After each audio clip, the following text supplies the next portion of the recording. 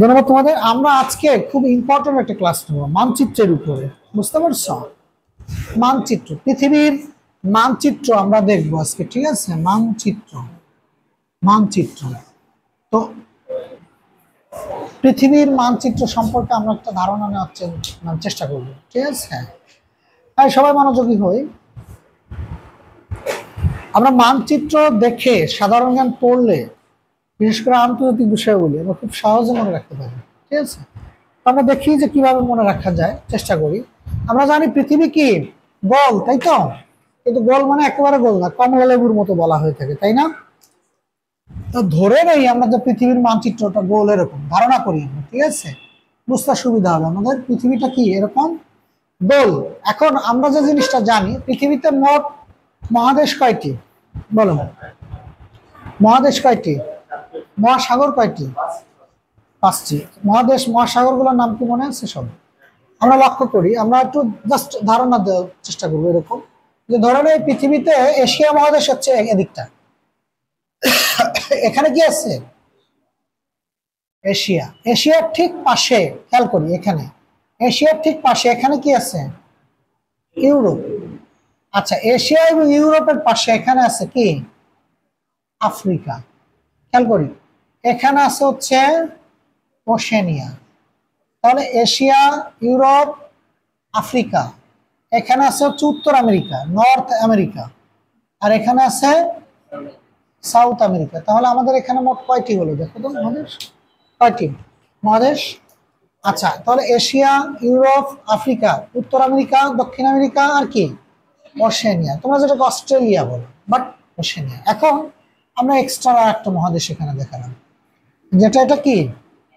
Antarctica, ঠিক আছে? Antarctica. এখন অ্যান্টার্কটিকা সহ মোট কয়টি হলো? 7টি হচ্ছে মহাদেশ।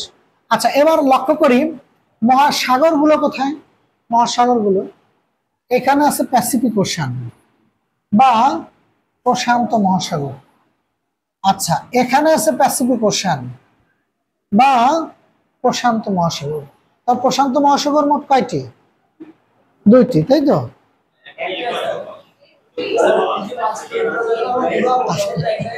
আচ্ছা, আমি পরে আরো সুন্দর করে দেখানোর চেষ্টা করছি। এবার আসি হচ্ছে আটলান্টিক মহাসাগর, আটলান্টিক ওশান বা আটলান্টিক মহাসাগর। তাহলে প্রশান্ত মহাসাগর, আটলান্টিক মহাসাগর। এবার আসি হচ্ছে ইন্ডিয়ান ওশান বা ভারত মহাসাগর। আচ্ছা, এখানে আছে হচ্ছে উত্তর মহাসাগর বা নর্থ ওশান। আর এখানে আছে হচ্ছে সাউথ ওশান বা দক্ষিণ মহাসাগর। তাহলে মহাসাগর হলো কয়টি এখানে? বাট প্রশান্তকে 2বার দেখাইছে, তাহলে এটা সব 6টা হয়ে যাচ্ছে। আসলে কি 6টা না? ঘটনাটা কি আমি একটু দেখানোর চেষ্টা করি, এই কথাটা। আচ্ছা, পৃথিবীটা যে গোল, পৃথিবীটা কি গোল? আচ্ছা, আমরা এই যে গোল জিনিসটাকে, এখানে তো 2 ডাইমেনশন, এই যে যে বোর্ডটা, তাই না? আমি এখানে গোল জিনিসটাকে কিভাবে দেখাবো? খাতার দিকে তাকাই, সবাই ভালো করে খেয়াল করি, খেয়াল করি। পৃথিবীতে গোল তো, তাই না? আচ্ছা, আমি অন্যভাবে এখানে হেলমেট দেখাই, আরো ভালো হবে মনে হয়। খেয়াল করি, এই পৃথিবীটা তো গোল, এরকম গোল না? এটা চিন্তা করি আর কি। আচ্ছা, এই যে দেখো, ঠিক আছে, এটা উত্তর মেরু, দক্ষিণ মেরু, ভালো করে বুঝি কিন্তু। এইখানে আমরা কি চিন্তা করছি? একটা বিষুবরেখা কল্পনা করছি, তাই তো? আচ্ছা, কল্পনা করো তোমরা যে এখান থেকে শুরু করে এই পর্যন্ত যদি প্রশান্ত মহাসাগর হয়, এখান থেকে শুরু করে এই পর্যন্ত এটা কি? প্রশান্ত মহাসাগর। এখন আমি বোর্ডে, বোর্ডে যখন দেখাবো এই গোল জিনিসটা, এই পাশের অংশ এভাবে আড়ালে পড়ে যাবে না? তখন কি করা হচ্ছে? এই প্রশান্ত মহাসাগর ঠিক এই মাঝ বরাবর মনে করো আমি দাগ মানে কেটে ফেললাম, কেটে এটা এভাবে চড়া করে দিলাম। তখন এই একই জায়গায় এক প্রান্ত এই পাশে সরে গেল, আর এক প্রান্ত এদিকে সরে গেল কিনা বুঝতে পারছি? এইটা হচ্ছে ঘটনা যে আমাদের পৃথিবী তো গোল। এইখানে আমার দেখানোর সমস্যা হচ্ছে, তাই না? বোর্ডে এইখানে আবার কল্পনা করো, যে তুমি কল্পনা করো এই লাল অংশ এবং এই পাশের এই অংশ মিলায় মনে করো প্রশান্ত মহাসাগর। এখন আমি গোল জিনিসটা তো তোমার হোয়াইট বোর্ড এখানে দেখাতে পারছি না। যখন আমি মনে করলাম এর ভেতর দিয়ে এই সোজা কি কেটে ফেললাম, কেটে ধরো এই যে সরাই দিলাম, সরানোর ফলে কি হচ্ছে? এই অংশ চলে গেল এই কোনায়, আর এই অংশ এই পাশে চলে এসছে, বাট এরা কিন্তু এক জায়গা ছিল। বোঝাতে পারছি কিনা? তাহলে এই হচ্ছে বিষয় যে আমাদের প্রশান্ত মহাসাগর মূলত কি একটা। এবং এইটা বুঝলে তোমরা খুব অবাক হবে, মানে অবাক হবা যে আমরা যখন এইখানে পৃথিবীর পূর্ব দিকে, ধরো এশিয়া মহাদেশের এইদিকে আমাদের জাপান দেখি না আমরা, জাপান, জাপান সর্বপূর্ব দিকে বলি না জাপান, এবং আমেরিকা পার্ল হারবার আক্রমণ করেছিল, তাই না? সরি, জাপান পার্ল হারবার, মানে বিপরীত বলছি, জাপান পার্ল হারবার আক্রমণ করছিল। পার্ল হারবার হচ্ছে কি আমেরিকার একটা নৌঘাঁটি, যুদ্ধ জাহাজ যেখানে রাখা হয়। প্রশ্ন হচ্ছে যে আমরা যখন এখানে আগে দেখাবো, দেখো আমি এখানে মুছে দিই, সেটা হচ্ছে যে তোমরা উত্তর আমেরিকার দেশগুলো মনে রাখার জন্য এখানে একটা শব্দ খেয়াল করো, CUM, কি লিখছে এটা? CUM। CUM তো কি বুঝাইছি? C for Canada, C for Canada, আর ইউ ফর ইউএসএ, আর এম ফর মেক্সিকো।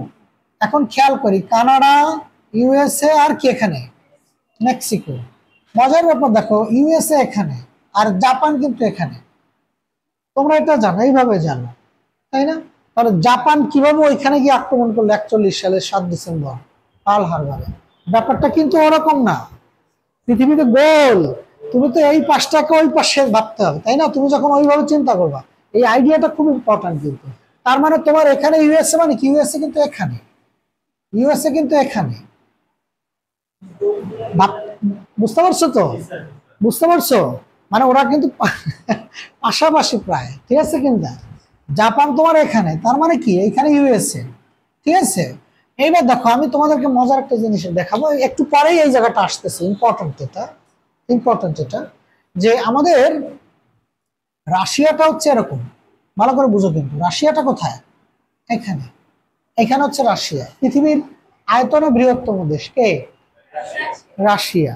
তাহলে সবচেয়ে বড় দেশ হচ্ছে কে? রাশিয়া। দ্বিতীয় বৃহত্তম দেশ হচ্ছে কানাডা, এই যে কানাডা। পৃথিবীর আয়তনে দ্বিতীয় বৃহত্তম কে? কানাডা। তৃতীয় হচ্ছে কে? এই ইউএসএ। কথা বুঝতে পারছি? আচ্ছা, তাহলে আচ্ছা, এরপরে হচ্ছে যে আমি যে জিনিসটা বলতে চাচ্ছি, ইম্পর্টেন্ট যে জায়গাটা, এই রাশিয়ার এইখানে একটা পর্বত আছে, বুঝছো? রাশিয়ার এইখানে একটা পর্বত আছে, ঠিক আছে? এই পর্বতের নাম হচ্ছে ইউরাল পর্বত। কি নাম? যেটাকে উড়াল পর্বত বলে কিন্তু, উড়াল পর্বত বা ইউরাল পর্বত। এই ইউরাল পর্বত যেটা আমরা বলছি, ইউরাল পর্বত, এই ইউরাল পর্বতের দক্ষিণ পশ্চিম কিরগিজ তৃণভূমি অঞ্চলে, এই অঞ্চলে হচ্ছে সেই আর্য জাতিদের বাস ছিল। আর্যদের, পারস্য অঞ্চলে, আগে ছিল পারস্য, বর্তমান ইরান। ওই দিক থেকেই কিন্তু আমাদের এশিয়ায়, যেখানে কি ভারতবর্ষে আসছে কারা? সে আর্যরা, আরিয়ান। ওই অঞ্চলের, ওই অঞ্চলের, ওই অঞ্চলে ইউরাল পর্বতের। আমি যে তথ্যটা দেবো ইম্পর্টেন্ট, খেয়াল করি কিন্তু, এগুলো প্রত্যেকটা প্রশ্ন পরীক্ষায় আসে, আবার ভবিষ্যতে আসবে। খুব গুরুত্ব সহকারে আমরা জানার চেষ্টা করি। এই যে আমরা ইউরাল পর্বত, এর এই পাশে, এই পাশে পড়ছে রাশিয়ার 29%, আর এশিয়ার মধ্যে পড়ছে 71%। তাহলে রাশিয়ার 71% পড়ছে কোথায়? আর 29% ইউরোপে। তারপরে ওকে আমরা ইউরোপের দেশ বলবো। কারণটা কি? কারণ হচ্ছে ও হচ্ছে রাজধানী কোথায়? ইউরোপে। রাজধানী পড়ছে কোথায়? ইউরোপে। এ কারণে ওটা কিসের দেশ? ইউরোপের দেশ। বুঝতে পারছি মনে হয়? এবার খেয়াল করি আমাদের যে মৌলিক কথা, সেটা হচ্ছে আমরা সবসময় জানি রাশিয়ার সাথে আমেরিকার একটা বৃহৎ দ্বন্দ্ব সবসময়, যেটাকে বলি আমরা কি? কোল্ড ওয়ার, স্নায়ুযুদ্ধ। এখন স্নায়ুযুদ্ধ হচ্ছে মনস্তাত্ত্বিক যুদ্ধ, সার্বক্ষণিক দ্বন্দ্ব। এর আমরা সাধারণভাবে জানি কি? পুঁজিবাদী অর্থব্যবস্থা এবং কি সমাজতান্ত্রিক অর্থব্যবস্থা। রাশিয়াতে সমাজতান্ত্রিক অর্থব্যবস্থা, আর আমেরিকাতে কি? পুঁজিবাদী। বাট আসলে কিন্তু তা না। তোমাদের এই প্রশ্নটা আমি করতাম, বাট আমি সংক্ষেপে বলে দিচ্ছি আর কি। ঘটনা কিন্তু এখানে শুধুমাত্র কি অর্থব্যবস্থার ফাংশন না, ফাংশনটা হচ্ছে প্রতিবেশী দেশেরা। এরা কি কখনো ভাবছি? আমাদের তো মাথায় আসে না, আইডিয়া আসে না। এরা কিন্তু পরস্পর কি প্রতিবেশী দেশ। বুঝতে পারছি? এরা কিন্তু পরস্পর প্রতিবেশী দেশ। কিভাবে খেয়াল করি আমরা? আচ্ছা, আমরা যেটা বললাম, এই যে কানাডা না, আমরা যখন এইটাকে গোল দেখিয়েছি যে রাশিয়া এই প্রান্তে, তার মানে গোল ওই পাশে যখন আসে, দেখো রাশিয়া কিন্তু এরকম, এই যে এরকম। বোঝাতে পারছি কিনা? রাশিয়াটা কিন্তু ওইখানে, ওর পাশেই প্রতিবেশী দেশ। পজ দিয়ে রাখুন। Sure. আচ্ছা, খেয়াল করি আমরা যেটা বলছি, তাহলে আমরা এটা খুব ইম্পর্ট্যান্ট যে এই যে কানাডার কথা বললাম, কোনটা? এই যেহেতু কানা, নাম কি আসলে? তো কানা মজা বললাম। কানা মানে আশেপাশে যা আছে চোখে দেখে না, সব হারাইছে। কানা মানুষ তো কিরকম দেখো, এইখানে এটা তো রাশিয়া নাকি? আচ্ছা, রাশিয়ার এই যে সীমান্তবর্তী দেশ কে ছিল? কানাডা। এখন রাশিয়া যেটা দেখলো যে তার এই প্রান্তে এদিকে তো ঠান্ডা, বরফ, প্রচুর ঠান্ডা ওই এলাকা, ঠিক আছে, প্রচুর সৈন্য বাহিনী দিয়ে ওখানে ওই পাহারা দিয়ে রাখতে হয়, ওখান থেকে কোনো আয় ইনকাম নেই, বছরে কিছুটা সময় কিছু মাছ টাছ পাওয়া যেত। পরে দেখলো যে তখন রাশিয়াতে অনেক অর্থনৈতিক সমস্যা, তো ভাবলো ওই অঞ্চল এত সৈনিক দিয়ে পাহারা দিয়ে সৈনিকের খরচ না বাড়িয়ে এটা আমরা বিক্রি করে দেবো। এখন আমরা সাধারণত প্রতিবেশী দেশের সাথে কিন্তু ভালো সম্পর্ক হয় না, খেয়াল করে দেখবো তোমার প্রতিবেশীর সাথে স্বাভাবিকভাবে এরকম সম্পর্ক ম্যাক্সিমাম জায়গায় এটা ঘটে, তাই না? দেখবো ভারতের সাথে যে পাকিস্তানের কি সম্পর্ক, বা আমাদের সাথে এই মায়ানমার বা ভারতের সীমান্তবর্তী দেশের সাথে সবসময় ঝামেলা থাকে। গ্রামাঞ্চলে কি হয়, আমি একটা জমি বিক্রি করব, তো দেখবো যে আমার জমির সাথে যে ব্যক্তির জমি ওরা দেবো না, এমন একজনকে দিব যেন ওকে টাইট করতে হবে, এরকম একটা প্রবণতা মানুষের মধ্যে থাকে, তাই না? মানুষ তো প্রকৃতিগত ভাবে এরকম নেগেটিভ চিন্তা করে। এখন খেয়াল করো, তখন রাশিয়া কি করলো? 1867 সাল, সময়টা খেয়াল করো, কত সাল? 72 লাখ ডলারের বিনিময়ে, কত লাখ? এই 72 লাখ ডলারের বিনিময়ে তখন এই যে অংশটা যেটার নাম হচ্ছে আলাস্কা, নাম কি? আলাস্কা। এই আলাস্কা অংশটুকু কানাডা যেহেতু প্রতিবেশী, তখন কিন্তু ইউএস এ দূরে, তার সাথে কোনো সমস্যা নাই, তখন এই ইউএস এর কাছে বিক্রি করে দিল। কথা বুঝতে পারছি কিনা? কার কাছে বিক্রি করলো? 1867 সালে 72 লাখ ডলারের বিনিময়ে বিক্রি করে দিল। কে বিক্রি করলো? কার কাছে? যুক্তরাষ্ট্র। বুঝতে পারছি কি গুরুত্বপূর্ণ ব্যাপারটা, দেখো এবার। যখন এই আলাস্কা ক্রয় করলো ইউএসএ, তখন ইউএসএ এর সেই পররাষ্ট্রমন্ত্রীকে সবাই বকা দিল বা বাজেভাবে দেখছিল, আর রাশিয়ার যিনি বিক্রি করলেন সেভাবে কোনো প্রতিক্রিয়া তাদের মধ্যে হয় নাই। ইন্টারেস্টিং ব্যাপার হলো, বর্তমান বিশ্বের সবচেয়ে ইম্পর্টেন্ট রাজনৈতিক কেন্দ্রবিন্দু আলাস্কা এখন আমেরিকার জন্য, মানে এখন ওইটা ক্রয় করা তার জন্য সবচেয়ে বেশি, মানে হ্যাঁ হ্যাঁ বুদ্ধিমানের কাজ হয়েছে। তাদের অর্থনৈতিক অবস্থা, রাজনৈতিক অবস্থা সবকিছু এখান থেকে নিয়ন্ত্রণ করা শুরু। বুঝতে পারছে? পাশে রাশিয়া, পাশে কানাডা, এমন একটা জায়গা, সবচেয়ে গুরুত্বপূর্ণ জায়গা তার জন্য, ঠিক আছে? আলাস্কা। মজার ব্যাপার, এখান থেকে একটা প্রশ্ন প্রায়ই আসে, খুবই কমন প্রশ্ন, সেটা হলো এই আলাস্কা এবং এই যে তোমার রাশিয়ার পাশে, দেখো খেয়াল করে, তোমাদের ম্যাপে ভালো করে দেখাতে পারতাম, আলাস্কার সাথে এই যে রাশিয়ার, মানে এই যে আলাস্কা রাশিয়ার, এখন এবার রাশিয়া হয়ে গেল এইটুকু না, এইটুকু তো, এইটুকু তো, এই যে আলাস্কা, তখন এইখানে কিন্তু একটা প্রণালী আছে। কি বলছি এখানে?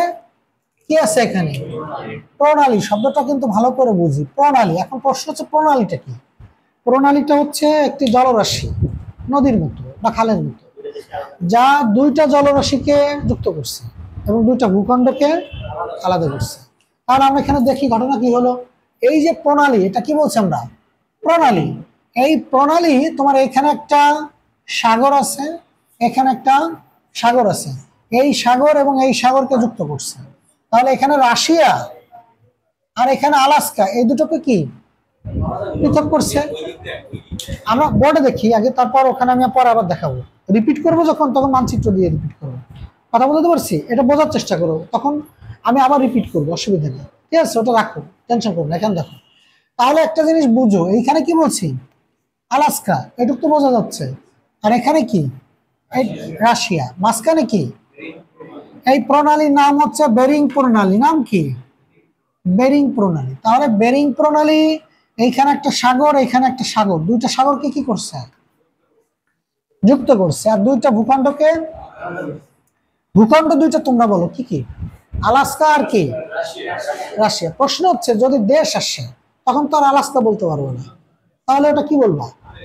যুক্তরাষ্ট্র। আর কি? রাশিয়া। আর যদি মহাদেশ দেয়,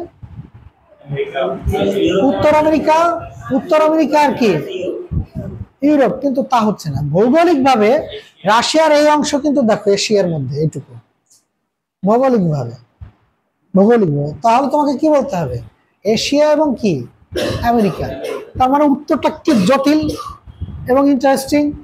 চিন্তা করে দেখো, এশিয়া কোথায়, আমেরিকা কোথায়, ইউরোপ কোথায়, কিন্তু তোমাকে অ্যান্সার করতে হবে এটা বুঝি যে এখানে ভৌগোলিকভাবে যেহেতু রাশিয়া পড়ছে এশিয়ার মধ্যে বেশিরভাগ এখানে, তাহলে আলাস্কাটা কোথায়? এখানে না, এই যে আলাস্কা বলছি, প্রণালীটা বেরিং প্রণালী তুমি এখানেও দেখাতে পারো, এখানেও দেখাতে পারো, ঘটনা তো একই, ঘুরায়, তাই না, এক জায়গায় তো। তাহলে এই বেরিং প্রণালী, এই যে দেখো ইউএস এর সে আলাস্কা, ঠিক আছে, আলাস্কা এবং কি কানাডা, রাশিয়াকে কি করছে, পৃথক করছে। এখন প্রশ্ন হচ্ছে এখানে যে সাগরের কথা বললাম আর এখানে যে সাগর, বুঝো এই যে এইখানে, এইখানে বুঝতে পারছো, এই সাগর একটা হচ্ছে তোমার এইদিকে আমি দেখো বলছি চুক্সি সাগর, একটা নাম কি চুক্সি সাগর, আর একটা নাম হচ্ছে ওই প্রণালীর নাম অনুসারে বেরিং, বেরিং সাগর। এখন কোনটা উপরে যাবে কোনটা নিচে যাবে এটা কিভাবে মনে রাখবো আমরা? লক্ষ্য করি, বেরিং বললে র এর ফোঁটা আছে না, এই যে র, র, র লিখলে কি হয়, র এর একটা ফোঁটায়, ফোঁটাটাকে একটা পাথর মনে করো, পাথরের মতো। তার মানে ওটা কি হবে, ওর একটা ওজন আছে, ওই পাথরের ওজনে নিচে চলে যাবে পানিতে, কোথায় যাবে, নিচে। তার মানে বেরিং সাগর কোথায় হবে, নিচে, আর চুক্সি সাগর উপরে। তার মানে সহজ কথা, এখানে কি বেরিং সাগর, তাই তো, আর উপরে কি চুক্সি সাগর, ঠিক আছে তো, সরি চুক্সি সাগর, তাই তো। তাহলে এই বেরিং প্রণালী চুক্সি সাগর আর বেরিং সাগরকে কি করছে, যুক্ত করছে, আর আলাস্কা এবং রাশিয়াকে আলাদা করছে। তাহলে আমরা এই জায়গাটা বুঝলাম, রাশিয়া এবং কানাডার সম্পর্কটা বুঝলাম, যে রাশিয়া কানাডাকে কি করে নাই, ওই ভূখণ্ড দেয় নাই, দিয়েছে কাকে, যুক্তরাষ্ট্রকে, যার ফলে এখন তারা প্রতিবেশী দেশ হয়ে গেছে, এই তো।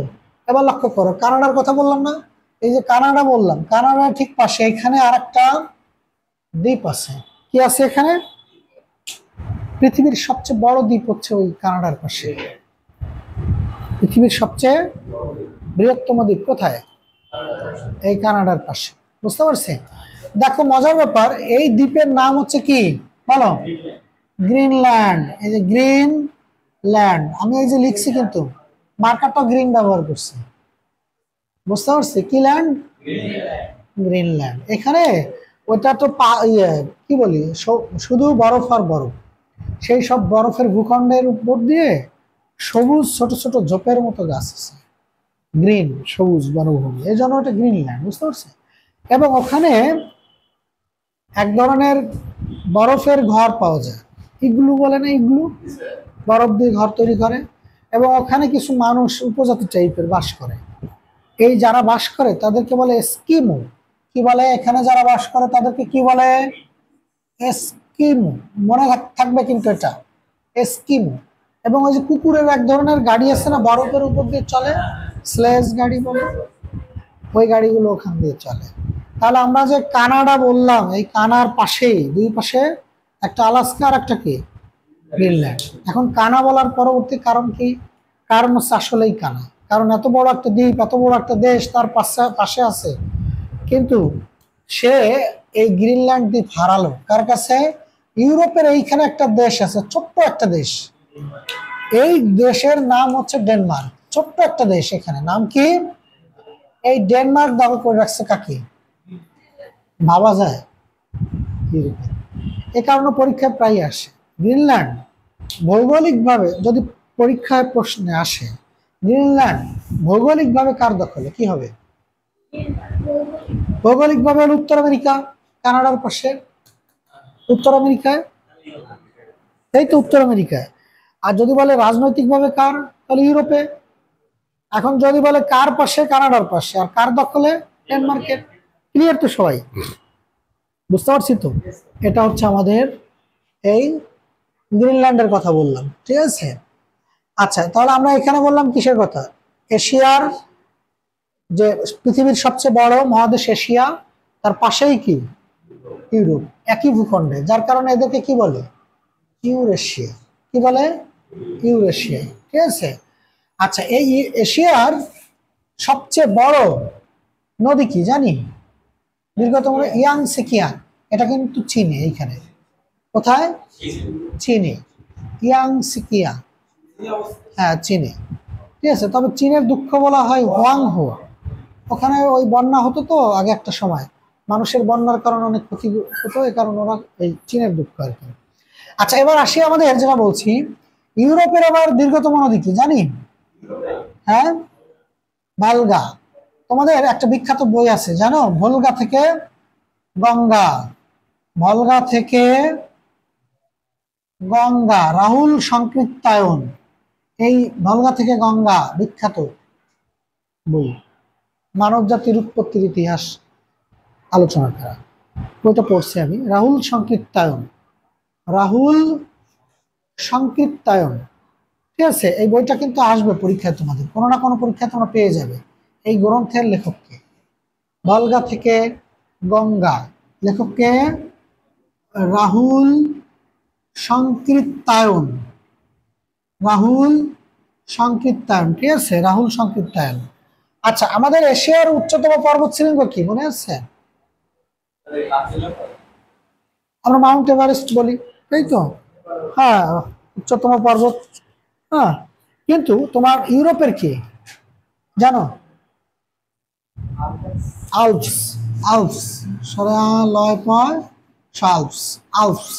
তোমরা একটা গান শুনছো না, যদি হিমালয় আলপসের সমস্ত জমাট বরফ একদিন গলেও যায় তবুও তুমি আমার, মানে এত পরিমাণ বরফ, এটা তো স্বাভাবিকভাবে গলার সম্ভাবনা নাই, তো যদিও গলেও যায় সেই শেষ মুহূর্তেও তুমি আমার। যদি হিমালয় আল্পসের সমস্ত জমাট বরফ একদিন গলেও যায় তবুও তুমি আমার। এই গানের মাধ্যমে কিন্তু মনে রাখা সহজ হবে, ঠিক আছে। বইয়ের মাধ্যমে ভলগা থেকে গঙ্গা, ভলগা ইউরোপের নদী, আর আল্পস হিমালয় আল্পসের সমস্ত জমাট বরফ। তোমরা তো এগুলো শোনো না, অনেক ব্যস্ত, সময় হয় না তোমাদের নাকি গান শোনার। আচ্ছা তাহলে আমরা আসি, কি বললাম, ইউরোপের কথা, এশিয়ার কথা। আমরা মোটামুটি দেশ মহাদেশ ভিত্তিক যখন আলোচনা করব তখন এই দেশের, এই মহাদেশের যে দেশগুলো মনে রাখার একটা টেকনিক আছে। আমরা খুব সহজে অল্প সময়ে এই মহাদেশের সকল দেশগুলো আমরা একটা ক্লাসে মুখস্থ করে ফেলতে পারবো। এখানে এশিয়া, ইউরোপ, আফ্রিকা প্রত্যেকটা মহাদেশ ভিত্তিক আলাদা আলোচনা করবো। এখন জাস্ট সূচিপত্রের মতো একটু বেসিকটা ধারণা দেওয়ার চেষ্টা করছি কোথায় কোনটা আছে, ঠিক আছে। আচ্ছা তাহলে আমরা এখানে একটু ফিরে আসি। এখানে যেটা বললাম কানাডা, দুই পাশে বললাম কানাডা হচ্ছে কি ম্যাপল পাতার দেশ, তাই তো, কাগজ শিল্পে উন্নত দেশ। এই ইউএস এর কথা বলি, পৃথিবীর বর্তমানে সবচেয়ে ক্ষমতাশালী দেশ বলা হয়, তাই না?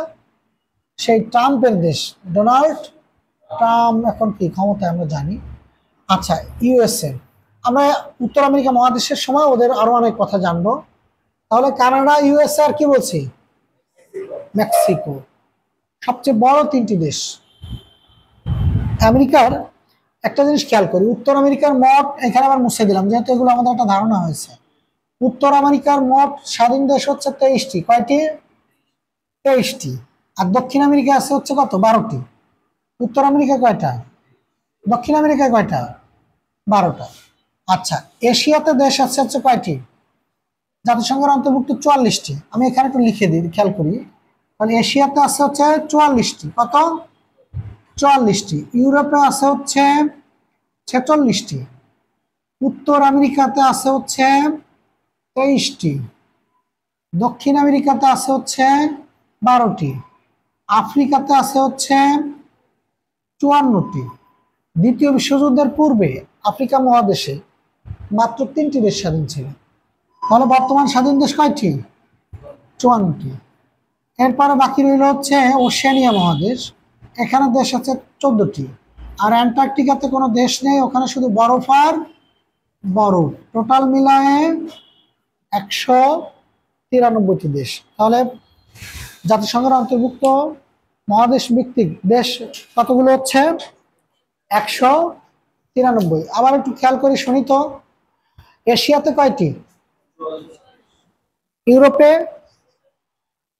উত্তর আমেরিকা, দক্ষিণ আমেরিকা 12টি, আফ্রিকা 54টি, ওশেনিয়া 14টি, অ্যান্টার্কটিকা 0। এই টোটাল মিলায় কতগুলো দেশ আছে পৃথিবীতে জাতিসংঘের অন্তর্ভুক্ত? এর বাইরে আরো কিছু দেশ আছে যারা স্বাধীন বলে নিজেদেরকে দাবি করে, বাট জাতিসংঘের অন্তর্ভুক্ত না। ফিলিস্তিন, তাইওয়ান, তিব্বত, কাতালোনিয়া, হংকং, এরকম অনেক আছে যারা কি নিজেদেরকে স্বাধীন বলে দাবি করতেছে আর কি। তাহলে আমরা মোটামুটি মহাদেশ ভিত্তিক দেশের কথা এখানে বললাম। খেয়াল করি এদিকে আসে এবার আমাদের আলোচনায়। তাহলে কানাডা, ইউএসএ এবং কি মেক্সিকো, উত্তর আমেরিকা, 3টি। মজার ব্যাপার হচ্ছে খেয়াল করো, এই মাঝখানে, ঠিক আছে, এই মাঝখানে আমেরিকার 7টি দেশ আছে। কয়টি? 7টি। তাহলে এই 3টি আর এই 7টি কয়টি হলো? এই 7টি দেশকে বলে মধ্য আমেরিকার 7টি দেশ। কি বলে? মধ্য আমেরিকার মোট 7টি দেশ। কি বলে এটা? মধ্য আমেরিকার 7টি দেশ। এখন এই দেশগুলো আমি একটু সংক্ষেপে বলি, একটা সূত্রের মাধ্যমে আমরা সাধারণত পড়ি।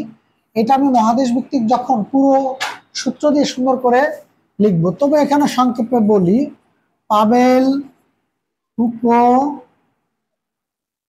নিয়ে গেল। এখন পাতে পানামা, এই মধ্য আমেরিকার একটি দেশের নাম কি? পানামা। মজার ব্যাপার কি, এই পানামাটা দেশটা কিন্তু এই দুই মহাদেশের মধ্যবর্তীতে, উত্তর আমেরিকা এবং কি মধ্য আমেরিকার, মানে দক্ষিণ আমেরিকার সীমান্তবর্তী ওখানে। এবং একটা জিনিস তোমরা খেয়াল করো, পরীক্ষায় কিন্তু প্রায় আসে, ভুল হয় না যেন। এই যে প্রশান্ত মহাসাগর আর আটলান্টিক মহাসাগর, সবাই একটু দেখি, এখানে এপাশ থেকে ওপাশে যাওয়ার পথ নেই। তখন 1914 সালে, কত সালে, আমেরিকা মানে যুক্তরাষ্ট্র এখানে একটা খাল খনন করলো, যার ফলে এপাশ থেকে ওপাশে যাওয়া কি সহজ হবে। বুঝতে পারছি? এই 1914 সালে এই খাল উদ্বোধন করা হলো এই পানামার মাঝখান দিয়ে দেশের। 1999 সালে যুক্তরাষ্ট্র ওই পানামা খাল পানামা দেশের নিকট হস্তান্তর করে দেয়। তাহলে উদ্বোধন হচ্ছে কত সালে? ইম্পর্টেন্ট কিন্তু সালটা। আর এটা হস্তান্তর হচ্ছে কত সালে? 1999 সালে। পানামাটা কোথায় তাহলে? এই দুই মহাদেশের মধ্যবর্তী জায়গা, যার কারণে এটাকে কি বলা হচ্ছে? মধ্য আমেরিকার দেশ। 7টি দেশ, তার মধ্যে পানামা কি একটি। মজার ব্যাপার হচ্ছে এই যে খাল কাটা হলো, পরীক্ষায় আসে, পানামা খাল কোন দুটি মহাসাগরকে সংযুক্ত করছে, বা সাগরকে বা জলরাশিকে যুক্ত করছে? তাহলে এখন তো যেভাবে আমরা দেখলাম, মুখস্থ করার তো দরকার পড়বে না। কি নামাতে বলছে? পানামা। হাতও না মাথাও না, কি পা নামাতে হবে। তাহলে পা নামাবো কোথায় কোথায়? এটা প্রশান্ত মহাসাগর আর কি আটলান্টিক। কিন্তু দুইটা ভূখণ্ড যদি বলে, উত্তর আমেরিকা আর কি দক্ষিণ আমেরিকা, মনে থাকবে। এবার এবার লক্ষ্য করো, মাঝখানে যে 7টি দেশের কথা বললাম, পানামা, তারপর হচ্ছে বেলিজ একটা দেশের নাম, ঠিক আছে, রাজধানী বেলাঙ্কোল, এগুলো সব আমি লিখে দেবো, আমি মুখস্থ আছে সব। এই যত দেশ আছে রাজধানী মুখস্থ, সমস্যা নেই। তাহলে পানামা, বেলিজ, হন্ডুরাস নাম শুনেছি, তেগুচিগালপা রাজধানী, বুঝতে পারছো, হন্ডুরাস। তারপর কোস্টারিকা, সান জোসে, নিকারাগুয়া, মানগুয়া, এল সালভেদর, সান সালভেদর, তারপর গুয়াতেমালা, গুয়াতেমালা সিটি। মোটামুটি এই 7টি দেশ, এই 7টি দেশ হচ্ছে এই মধ্য আমেরিকা। তাহলে উত্তর আমেরিকার বৃহত্তম 3টি দেশ বললাম, কানাডা, ইউএসএ, মেক্সিকো। এটা তো ভুল হওয়ার কথা না, ধারণা ক্লিয়ার যে আমাদের এই দেশগুলো কোথায়। এবং মাঝখানে যে 7টি বললাম, Panama, Belize, Honduras, Costa Rica, Nicaragua, El Salvador এবং গুয়াতেমালা। এখন মনে থাকবে না হয়তো, একবারে বললে বা মুখস্থ থাকবে না, কিন্তু আমরা যখন পড়াবো মহাদেশ ভিত্তিক তখন সূত্র লিখে দেবো এইভাবে, একেবারে পুরো দেশ রাজধানী আশা করা যায় সব খরচ হয়ে যাবে এখানে, ঠিক আছে। এবার আসি হচ্ছে দক্ষিণ আমেরিকার দেশ। এই লাতিন আমেরিকার দেশের কথা বললাম, এখানে কয়টি মোট? ভুল বলছে, আর একটু বাকি রয়ে গেছে আমাদের, খেয়াল করি। সেটা হচ্ছে এই মধ্য আমেরিকার যে 7টি আর 3টি, কত হলো? 10টি। তাহলে উত্তর আমেরিকার মোট দেশ ছিল 23টি, বাকি রইল কয়টি? 13টি। মোট কয়টি দেশ বাকি রইল এখানে? এই 13টি দেশ হলো, এইখানে একটা সাগর আছে, এই সাগরের নাম হচ্ছে ক্যারিবিয়ান সাগর। নাম কি? ক্যারিবিয়ান সাগর, ঠিক আছে, ক্যারিবিয়ান সাগর। ক্লিয়ার? ক্যারিবিয়ান সাগর, এই ক্যারিবিয়ান সাগরের ভেতরে ছোট ছোট দ্বীপ রাষ্ট্র যারা স্বাধীন, এই কারণে ওইগুলোকে বলা হয় ক্যারিবিয়ান দ্বীপপুঞ্জ। তোমরা একটা মুভি দেখে থাকতে পারো, pirates of the Caribbean. Pirates of the Caribbean, pirates মানে কি? জলদস্যু। পাইরেটস মানে কি? এই মুভিতে জনি ডেপ অভিনয় করছে, যে চুল লম্বা লম্বা থাকে, শুকনা করে লম্বা, ওই যে, হ্যাঁ ওই যে বুঝে ফেলছো, মজার ফানি ফানি সাগরের মধ্যে যে ভৌতিক কিছু দৃশ্য, জলদস্যু টাইপের আসে, তারপরে কেমন টাইপের যে মানে করে না, দেখো নাই, অদ্ভুত অদ্ভুত সব আচরণ করে, অদ্ভুত অদ্ভুত সব প্রাণীরা আসে, খুবই বিখ্যাত মুভি। কিন্তু ওই এক মুভির অভিনয় করে ওই টাকা দিয়ে এই নায়ক জনি ডেপ ওই সাগরের মধ্যে একটা দেশ কিনে ফেলছে, ভাবতে পারো, বুঝতে পারছো? এজন্য তোমাদের নায়ক হওয়া উচিত ছিল। করলেটা কি সারা জীবন ভিলেন হলে? হ্যাঁ হবে। আচ্ছা এইবার ঠিক আছে, ইনশাল্লাহ হবে, ঠিক আছে, ভাল লাগছে। আচ্ছা এখন হ্যাঁ, ঘটনা হচ্ছে যে ঠিক আছে, এক স্যার ওরকম টিচার স্টুডেন্টদের বলতে চাই, জানিস আকবর 13 বছর বয়সে সে সম্রাট হলো, হ্যাঁ, তুই কি করলি সারা জীবনে? ছাত্র বলে, স্যার আপনার বয়স কত?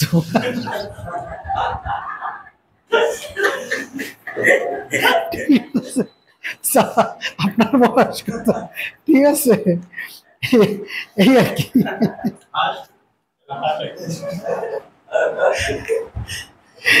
আচ্ছা এখন আমরা খেয়াল করি, ক্যারিবিয়ান দ্বীপপুঞ্জের কথা বলছি, ইম্পর্টেন্ট। এটা হচ্ছে কি, এখানে ক্যারিবিয়ান সাগর এর মধ্যে স্বাধীন দেশ আছে 13টি, আরো অনেক ছোট ছোট দ্বীপ রাষ্ট্র আছে, বাট ওই দেশগুলো বিভিন্ন দেশ যাদের ক্ষমতা আছে, ওরকম বড় ভাইরা, এই আমেরিকা, ইউরোপের ফ্রান্স, জার্মানি, যারা ওই বড় ভাই, হ্যাঁ হ্যাঁ, ওই নিজের মনে করে দখল করে রাখছে, বুঝতে পারছো?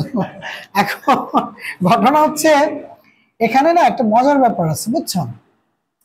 এই যে যে দেশগুলো 13টি, এই 13টি দেশ বলছি কি বর্তমানে ওখানে কি বলে, এই এলাকাকে ওয়েস্ট ইন্ডিজ বলে। ওই দেশগুলোর নাম কি এখন একত্রে বলে? ওই ওই 13টি দেশের আমি একটু সংক্ষেপে কয়েকটা দেশের নাম বলি। যেমন আছে হচ্ছে ওখানে যে যারা আছে, আমি মহাদেশ পড়াবো যখন সব তালিকা করে সুন্দর করে সূত্র দিয়ে লিখে দেবো। আছে হচ্ছে ত্রিনিদাদ এন্ড টোবাগো, ঠিক আছে, হাইতি, পোর্ট অফ প্রিন্স যার রাজধানী, ঠিক আছে।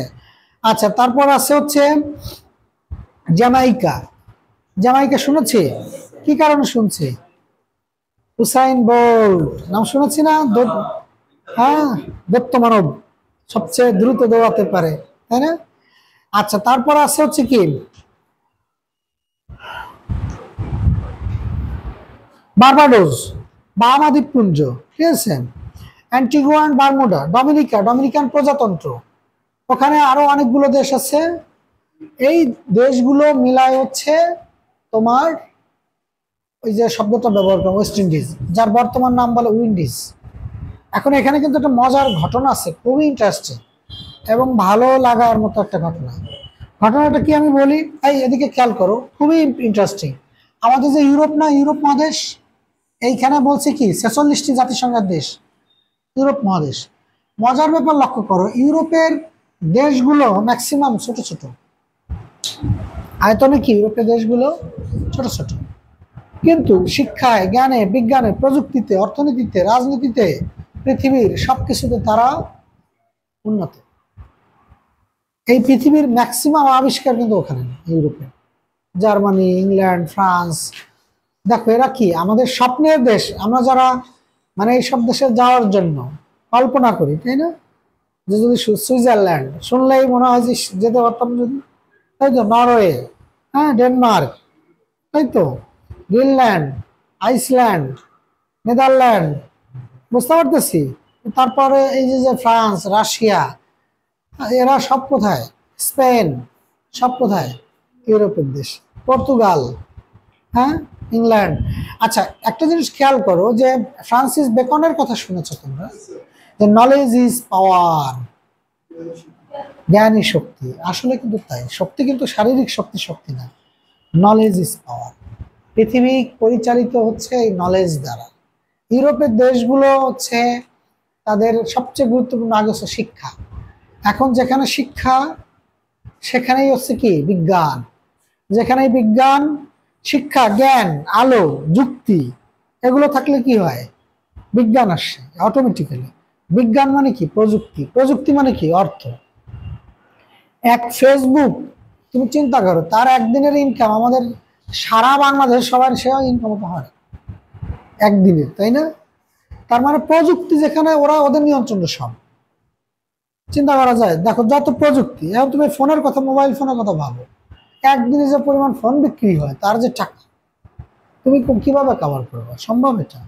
তাহলে জ্ঞান, বিজ্ঞান, প্রযুক্তি, যেখানে প্রযুক্তি আছে সেখানে অর্থ আছে, টাকা। যেখানে অর্থ, প্রযুক্তি, বিজ্ঞান আছে সেখানে রাজনীতি নিয়ন্ত্রণ তার হাতে, সেখানে ক্ষমতা, সব সিদ্ধান্ত সে নেবে অটোমেটিক্যালি। কিন্তু আমাদের দেশের মানুষের তো এগুলো দরকার নেই, এগুলো লাগবে না, বিজ্ঞান, প্রযুক্তি, হ্যাঁ, জ্ঞান, এগুলো লাগবে না। এজন্য দেখবা যে আমাদের সব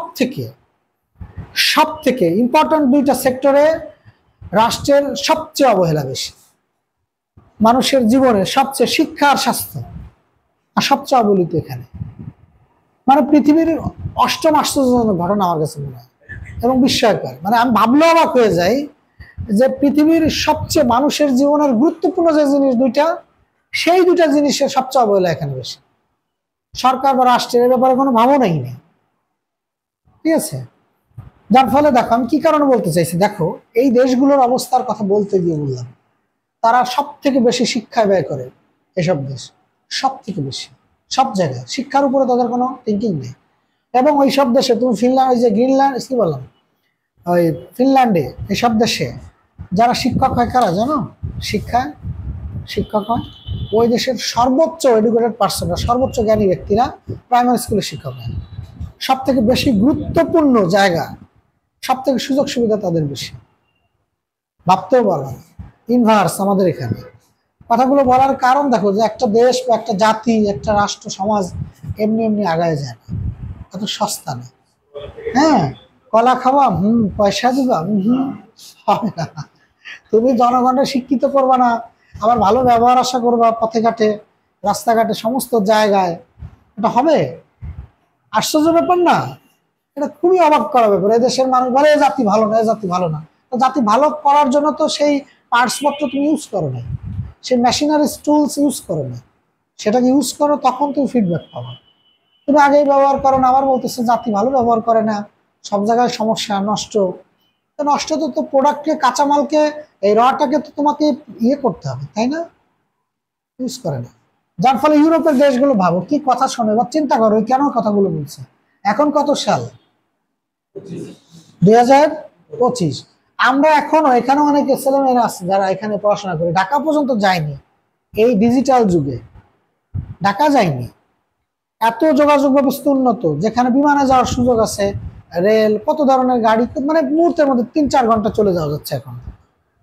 একটা সময় ছিল কি এখানে হেঁটে যেতে হতো মানুষ, গরুর গাড়িতে যেত, ঘোড়ার গাড়িতে যেত, পরবর্তীতে নৌকা আবিষ্কার হয়েছে, নৌকায় যেত, তাই না? তুমি ভাবতে পারো একটা দেশ যেখানে আজ থেকে, দেখো আমি সময়টা বলি, খেয়াল করো, 1487 সাল, খুবই ইম্পর্টেন্ট কিন্তু এটা আজকের ক্লাসের সবচেয়ে ইম্পর্টেন্ট জায়গা কিন্তু, খেয়াল করো। 1487 সালে বার্থোলোমিউ দিয়াজ, দেখো ভালো করে খেয়াল করো, বার্থোলোমিউ দিয়াজ নামে একজন পর্তুগাল নাবিক, এই যেখানে দেখো, এই সীমান্তে, আটলান্টিক মহাসাগরের সীমান্তে দেশটা, নাম কি? পর্তুগাল। CR7, ক্রিস্টিয়ানো রোনালদো নাম শুনছিলেন? তার দেশ। এই শুনেছ CR7, ক্রিস্টিয়ানো রোনালদো, শুনছ না? শোনার কথা। সুন্দর, খুশি হলাম, এবার দারুণ একটা কথা বলছে, এইটা আমি শুনতে চাই, ভালো লাগছে। আচ্ছা, তাহলে এই CR7 ক্রিস্টিয়ানো রোনালদোর দেশ, এই পর্তুগাল থেকে একজন নাবিক বার্থোলোমিউ দিয়াজ, এই 1487 সালে আটলান্টিক মহাসাগর হয়ে, এই যে আফ্রিকা মহাদেশ না, আফ্রিকার এই জায়গা একটা দেশ আছে এই দক্ষিণ সীমান্তে, এটার নাম হচ্ছে দক্ষিণ আফ্রিকা। এই দেশের নাম কি? এবি ডিভিলিয়ার্স, নাম শুনছি না? হ্যাঁ, হাসি মামলা। সেই সব বিখ্যাত ক্রিকেটারদের। আহ, দুর্দান্ত, তাই না? এই এই সেই দক্ষিণ আফ্রিকা, শোনো, এই দক্ষিণ আফ্রিকার এইখানে একটা অন্তরীপ আছে। প্রশ্ন হচ্ছে অন্তরীপটা কি?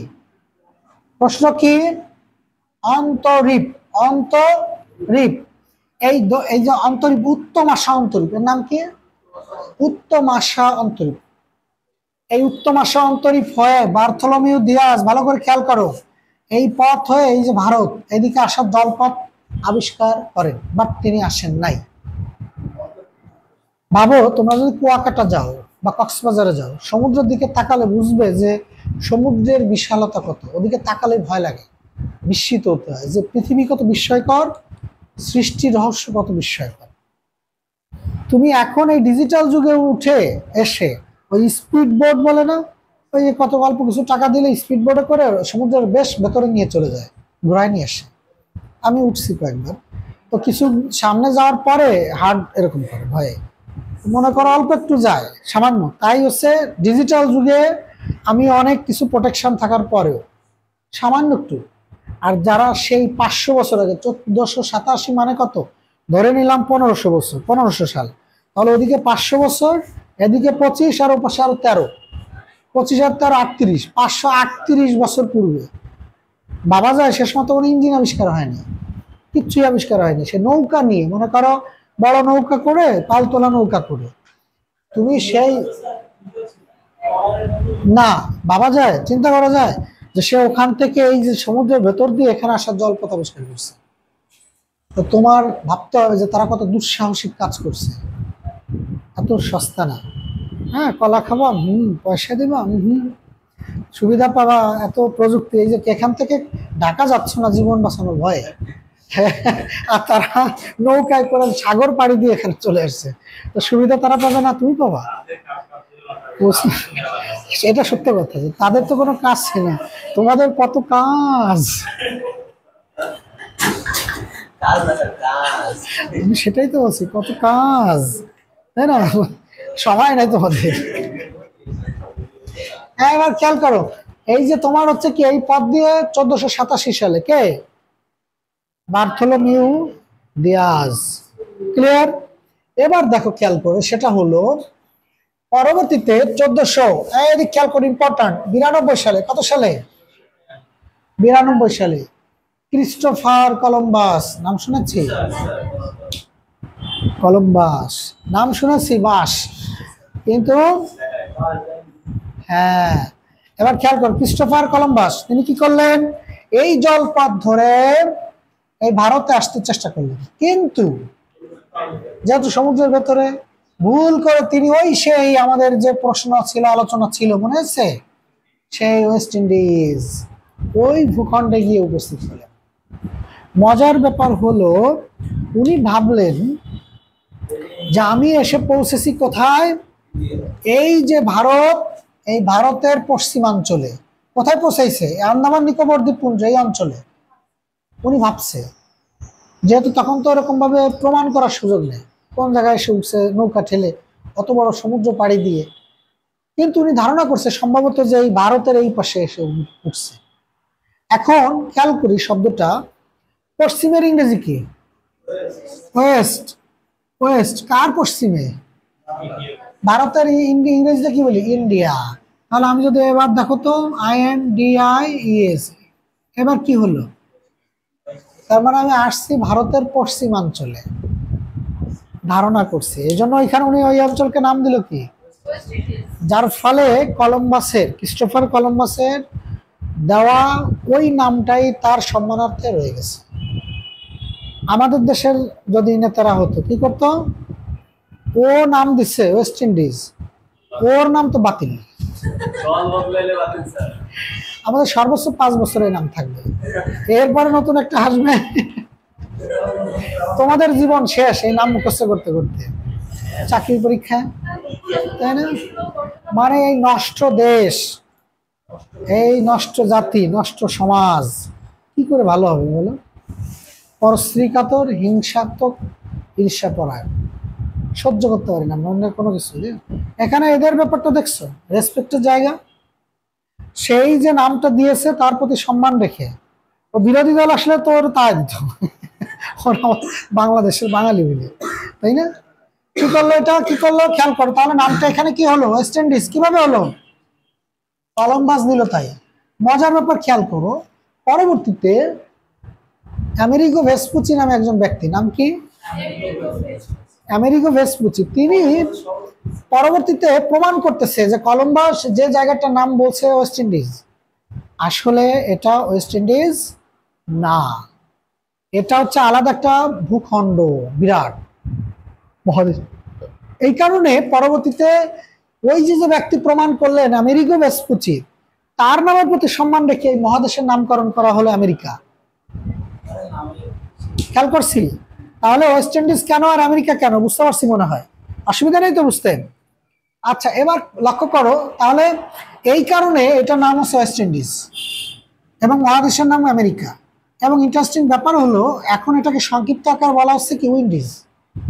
আরো মজার ব্যাপার, ওই যে 13টি দেশ, ওই 13টি দেশের প্লেয়াররা ক্রিকেট খেলে একটা টিমের নাম করে, এই টিমের নাম হচ্ছে ওয়েস্ট ইন্ডিজ। বুঝতে পারছি? গেইল, হ্যাঁ সেই দত্ত মানব, আর এক ঝড়, তাই না? ও ধরলেই ব্যাট ধরলে ভয় লাগে, হ্যাঁ ঝড় চলবে না কিছুক্ষণ, তাই না? দুর্দান্ত। এরা হচ্ছে ইতিহাসের অন্যরকম মহামানব, তাই না? ভাল লাগে এদেরকে আমার, বুঝছো? একটা ক্রেজ আছে এদের মধ্যে, বুঝছো? ভাল লাগে। এরা হচ্ছে ড্যাম কেয়ার ভাব, এই সবকিছুকে ড্যাম কেয়ার করে আগায় যায়, বুঝছো? আমাদের মতো ছাড় ভাল লাগে না, কি লাভ? হ্যাঁ আমাদের তো ম্যাক্সিমাম ছেলে মেয়েরা স্যার কি লাভ, যদি বলি যে একটু খেলা দেখো স্যার কি লাভ, এটা বই পড়ো স্যার কি লাভ, হ্যাঁ ওই জায়গায় একটা সুন্দর পার্ক হয়েছে স্যার কি লাভ, ওইখানে লাভ আছে, ওইখানে লাভ আছে না। মারবো একদিন খাতা বড় 365 দিন, মারবো একদিন ব্যথা থাকবে 365 দিন। আচ্ছা এবার খেয়াল করো, কলম্বাসের কথা বললাম, এবার 1498 সাল, খেয়াল করি কিন্তু কত সাল বলছি, এই 1498 সালে ভালো করে বোঝার চেষ্টা করি। এই জলপথ ধরে ভাস্কো দা গামা, এই তো তোমরা বলেছো, এই ভাস্কো দা গামা এই পথ ধরে এই ভারতের কালিকট বন্দরে এসে উপস্থিত হলেন। এই যে ভারতে আসার জলপথ, ইয়েস 1498 সালে। তাহলে 1487, 92, 98, 3টি সালের কথা বললাম। এখন খুবই গুরুত্বপূর্ণ একটা জিনিস আমি জানাবো, পরীক্ষা এখান থেকে 4টা প্রশ্ন হয়, আমাদের শিক্ষার্থীরা একেবারে আত্মবিশ্বাসের সাথে ভুল করে চলে আসে, ঠিক আছে? এই 4টা প্রশ্নই একেবারে কমন ভাবে, যেই একেবারে প্রথমেই ভুল করে চলে আসে। আমরা এইখানে সেই বিষয়টা একটু বোঝানোর চেষ্টা করবো, দেখি কি বলতে চাইলাম। এটা তো বুঝছি নিঃসন্দেহে নাকি? এইখানে একটু খেয়াল করি, খুবই গুরুত্বপূর্ণ কিন্তু এখানে। তাহলে আমরা এটা বুঝলাম যে এই ইউরোপ মহাদেশের এই অঞ্চল থেকে আমাদের ভারতে আসার জলপথ আবিষ্কার হলো 1498 সালে। ঘটনা হচ্ছে এদিক খেয়াল করে, এই জায়গা কিন্তু একটা সাগর আছে এইখানে, আবার এখানে কিন্তু একটা সাগর আছে, ঠিক আছে? আর এখানে কিন্তু ইজিপ্ট, হ্যাঁ ইজিপ্ট, এই ইজিপ্ট মানে কি মিশর। মজার ব্যাপার, মিশরের সাথে এই ভূখণ্ডের এখানে সংযোগ আছে, ওখানে কিন্তু কোনো ফাঁকা জায়গা নেই, বুঝতে পারছি? এবার যেটা ঘটলো সেটা কি, সেটা হলো যে আমাদের এইখানে যে সাগর আর এখানে একটা সাগর, মাঝখানে কি একটু ভূখণ্ড। লক্ষ্য করো, যদি এই যে ইউরোপের এই অঞ্চল থেকে এত পথ ঘুরে আসতে হয় আমাদের, কিন্তু যদি এই এই যে সাগর দিয়ে এখানে যদি একটা মানে এই ভূখণ্ড কেটে খাল তৈরি করা যায়, তখন এই পথ দিয়ে এখানে আসাটা কত ইজি হয়ে যায় না, সহজ হয় না? এবার কি হলো, 1800, খেয়াল করো 1859 থেকে 69 পর্যন্ত, 1859 থেকে 69 পর্যন্ত এই 10 বছরে ওই মিশরের ওখানে একটি খাল খনন করা হলো। খালের নাম হচ্ছে সুয়েজ খাল। নাম কি?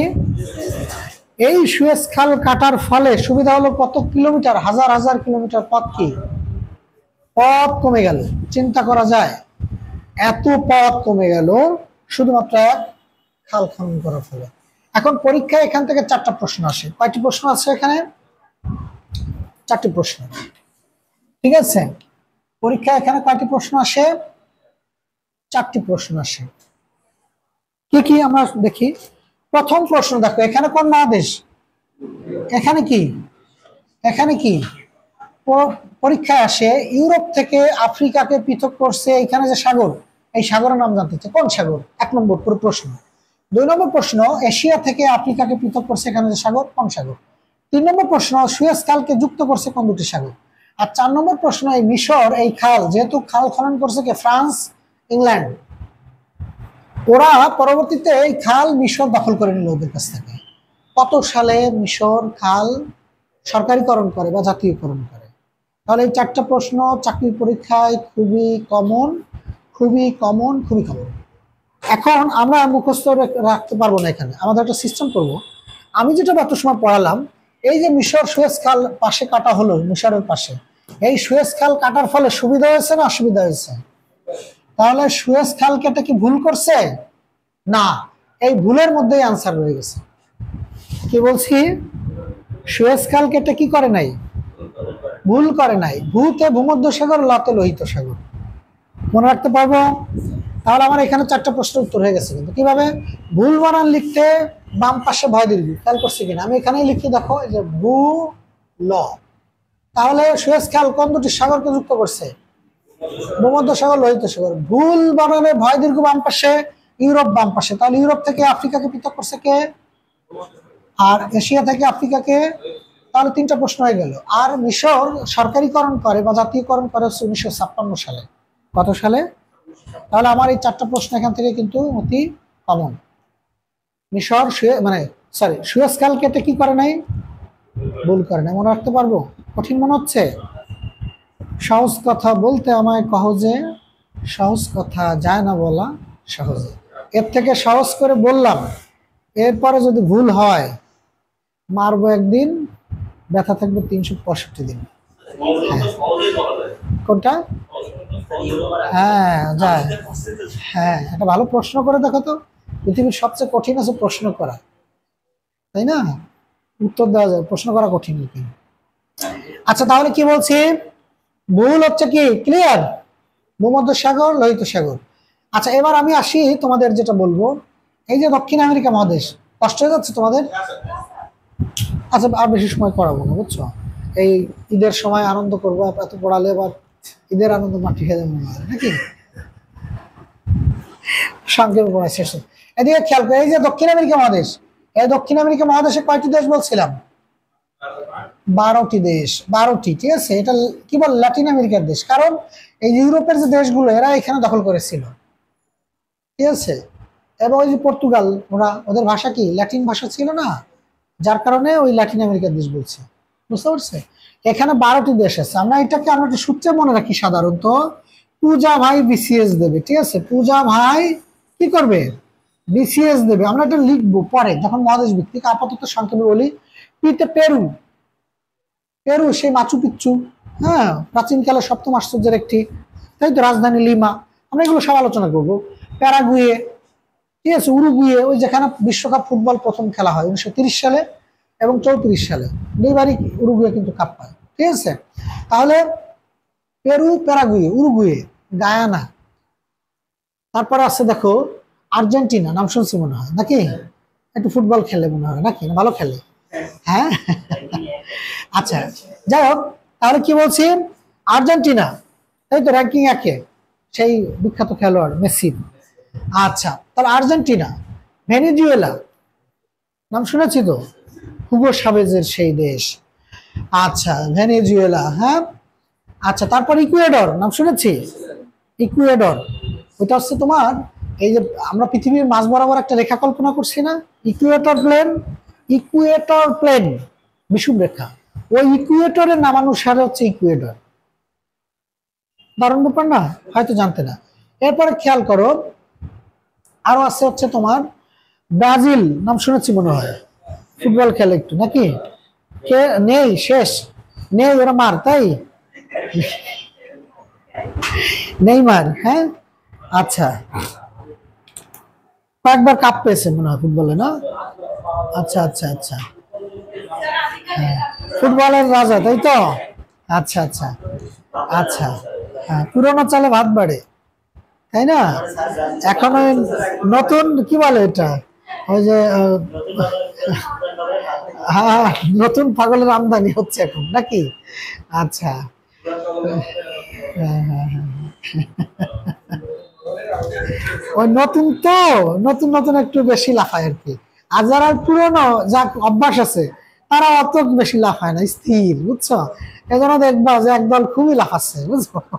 আর একদল খুব, হ্যাঁ, ঠিক আছে, বোঝা যাচ্ছে আর কি। হ্যাঁ, যাই হোক, মজার ব্যাপার দেখো, আমাদের নিজেদের মধ্যে ব্যাপক ফাইট, এই আর্জেন্টিনা ব্রাজিল, ওরা কিন্তু প্রতিবেশী, অথচ ওরা ওদের মধ্যে কিন্তু ঘুষ সম্পর্ক, ওরা এগুলো ভাবেও না, ওরা কিন্তু এগুলো ভাবে না, কিন্তু পৃথিবীর একমাত্র মাতাল বা উন্মাদ বা ইমোশনাল জাতি কি চিন্তা করো। মারামারি কি, আমার সাথে ফাইট হয়ে যায়, আমার গৃহযুদ্ধ হয়ে যায়, তবে আমি খেলাটা খুব এনজয় করি এবং ব্যাপক এনজয় করি, এবং এই ফুটবল খেলার সময়টা আমি পুরো উন্মাদ থাকি, মানে এত বেশি উন্মাদনা আমার, ঠিক আছে? আমি খুবই এনজয় করি ফুটবল খেলাটা।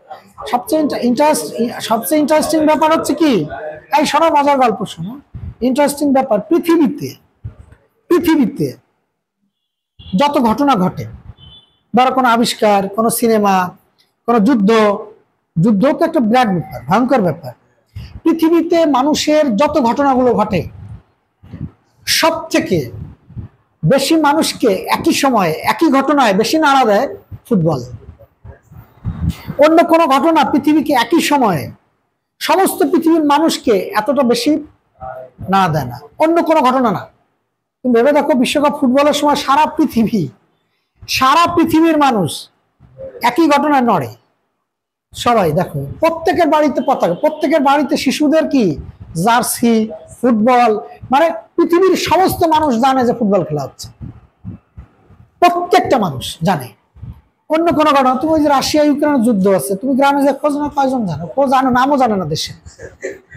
এত বড় ঘটনা দেখো, এত বড় ঘটনা, যুদ্ধের মতো প্রথম বিশ্ব, মানে তুমি যাই বলো না পৃথিবীতে এত কিছু আর কি, এত বড় ব্যাপার কি মনে করতে হবে, আবার আবার আরেকটা ই করতে হবে, কেটে আবার দরকার হয় দিবা, কেটে আবার করবা, ছোট ছোট দুটো পার্ট হবে, তাই চলবে। আচ্ছা, তাহলে এইটা আর কি, ব্রাজিল এবং আর্জেন্টিনা বলতে গিয়ে মাঝে গল্প করলাম ইচ্ছে করি, কারণ একটা অনেক সময় পড়াচ্ছি তো, ব্রেনের ব্রেক দেওয়ার জন্য আর কি, ঠিক আছে? এই তুমি কোন দলের? আর্জেন্টিনা? তুমি আর্জেন্টিনা? আরে শোনো, আমি বলি, ঘটনা হচ্ছে যে একজন বলছে যে এই তুমি ব্রাজিলের সাপোর্টার, বলছে হ্যাঁ, তা আপনি বুঝলেন কিভাবে? বলছে তোমার দাঁত হলুদ।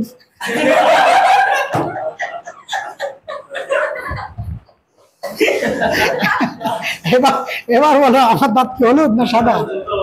আমার জুতা হলুদ, গেঞ্জির উপরে হলুদ, এবার বুঝে নাও তাহলে। যাই হোক, আমরা কথা কম বলি, বুঝছো, লাভাই কম, বেশি কাপ তো ওজন আছে, একটা ব্যাপার স্যাপার আছে, এই আর কি, ঠিক আছে? আচ্ছা, আসলে এখানে কি ব্রাজিল, বলিভিয়া নাম শুনেছিল? লাপাজ পৃথিবীর সবচেয়ে উচ্চতম রাজধানী কোথায়?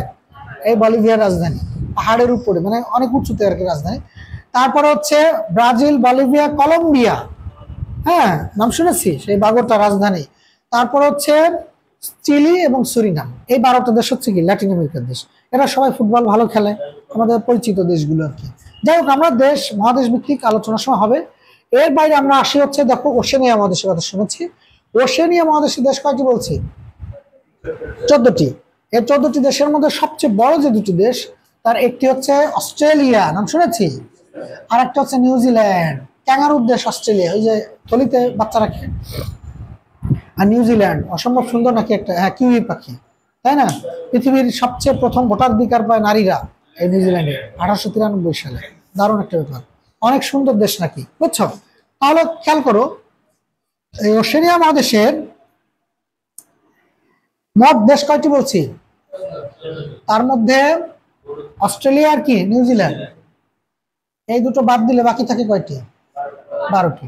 আমি যখন বললাম যে মাঝখানে একটা রেখা কল্পনা করা হয়েছে, কি ছিল সে রেখা? বিষুব রেখা।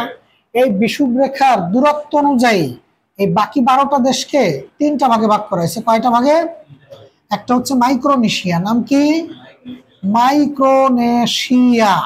একটা কি? মাইক্রোনেশিয়া। আর একটা হচ্ছে মেলানেশিয়া, নাম কি? মেলানেশিয়া। Micronesia, Melanesia. আর একটা কি? পলিনেশিয়া। Micronesia, Melanesia. আর একটা কি? আচ্ছা, মাইক্রোনেশিয়াতে আছে দেশ 5টি, মেলানেশিয়াতে আছে 4টি, পলিনেশিয়াতে আছে 3টি, মোট আছে 12টি। আর অস্ট্রেলিয়া নিউজিল্যান্ড কয়টি হলো? 14টি। অস্ট্রেলিয়া নিউজিল্যান্ড 14টি। বুঝতে পারছে? এই মাইক্রোনেশিয়ার 5টি দেশকে কি জানো? মার্শাল দ্বীপপুঞ্জ, ফেডারেল স্টেট অফ মাইক্রোনেশিয়া। কয়টা হলো? 2টা।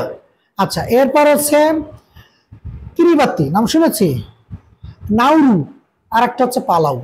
তাহলে ফেডারেল এই যে মাইক্রোনেশিয়ার 5টি দেশ। এবার মেলানেশিয়ার কয়টি? 4টি।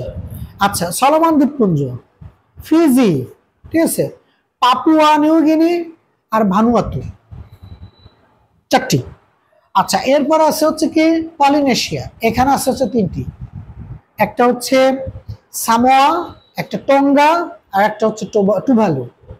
তাহলে আমি কিন্তু 14টা দেশে এমনি মুখে বলে দিলাম আপাতত, এবং উত্তর আমেরিকার 23টা বললাম, দক্ষিণ আমেরিকার কয়টা বললাম? 12টা। তাহলে ওই 23টি, 12টি আর কত? 14টি। আমি কিন্তু আপাতত বলছি, সব মুখস্থ আমার, এবং এটা কিন্তু সূত্র অনুযায়ী বলতেছি, এমনি এমনি হচ্ছে না। বোঝা নাই? এক একটা সূত্র চিন্তা করছে বলে দিচ্ছি। আমি যখন মহাদেশ ভিত্তিক আলোচনা করব, ওই সূত্র দিয়ে এমন ভাবে পড়াবো যাতে করে এই পৃথিবীর কোথায় কোন দেশ আছে পুরো ক্লিয়ার হয়ে যায় এক একটা ক্লাসে। তাতে কি হবে? আমাদের এই আন্তর্জাতিক বিষয়ে পড়তে গিয়ে আর কোনো সমস্যা হবে না। এখন এশিয়ার যে দেশ আছে আমাদের 48টি পড়বো এখানে, তার মধ্যে জাতিসংঘের অন্তর্ভুক্ত আছে 44টি, আর এক্সট্রা সীমান্তবর্তী 3টি পড়বো, আর ফিলিস্তিন সহ 48টা। ঠিক আছে? ইউরোপ এইভাবে আমরা সিস্টেমেটিক ওয়েতে পড়বো। তাহলে আপাতত আমি পৃথিবীর কোথায় কোন জায়গায় কি অবস্থিত মোটামুটি একটা ধারণা দেওয়ার চেষ্টা করছি। তার মধ্যে একটা কথা বলে যাব, দক্ষিণ আমেরিকার সবচেয়ে বড় নদী হচ্ছে কি? আমাজন। দীর্ঘতম নদী কি? প্রশস্ততম কি? আমাজন। ঠিক আছে? বৃহত্তম সে বন, ব্রাজিলে বেশিরভাগ, পৃথিবীর ফুসফুস বলা হয়। আর উত্তর আমেরিকার হচ্ছে মিসিসিপি, মিসৌরি। ঠিক আছে? আর আফ্রিকাতে কি আছে? নীল নদ। আর ওশেনিয়া মহাদেশে আছে হচ্ছে মারে ডার্লিং, অস্ট্রেলিয়ার ভেতর দিয়ে প্রবেশ করছে। নাম কি? সব ভুল হয়ে গেল আজকে, এটা ভুল হবে না। কে মারে? তোমাদের অভিজ্ঞতা ভালো আছে, বোঝা যাচ্ছে। তাহলে কি মারে ডার্লিং মনে থাকবে তো? অস্ট্রেলিয়া। তাহলে এশিয়ার দীর্ঘতম নদী কি? ইয়াংসি কি?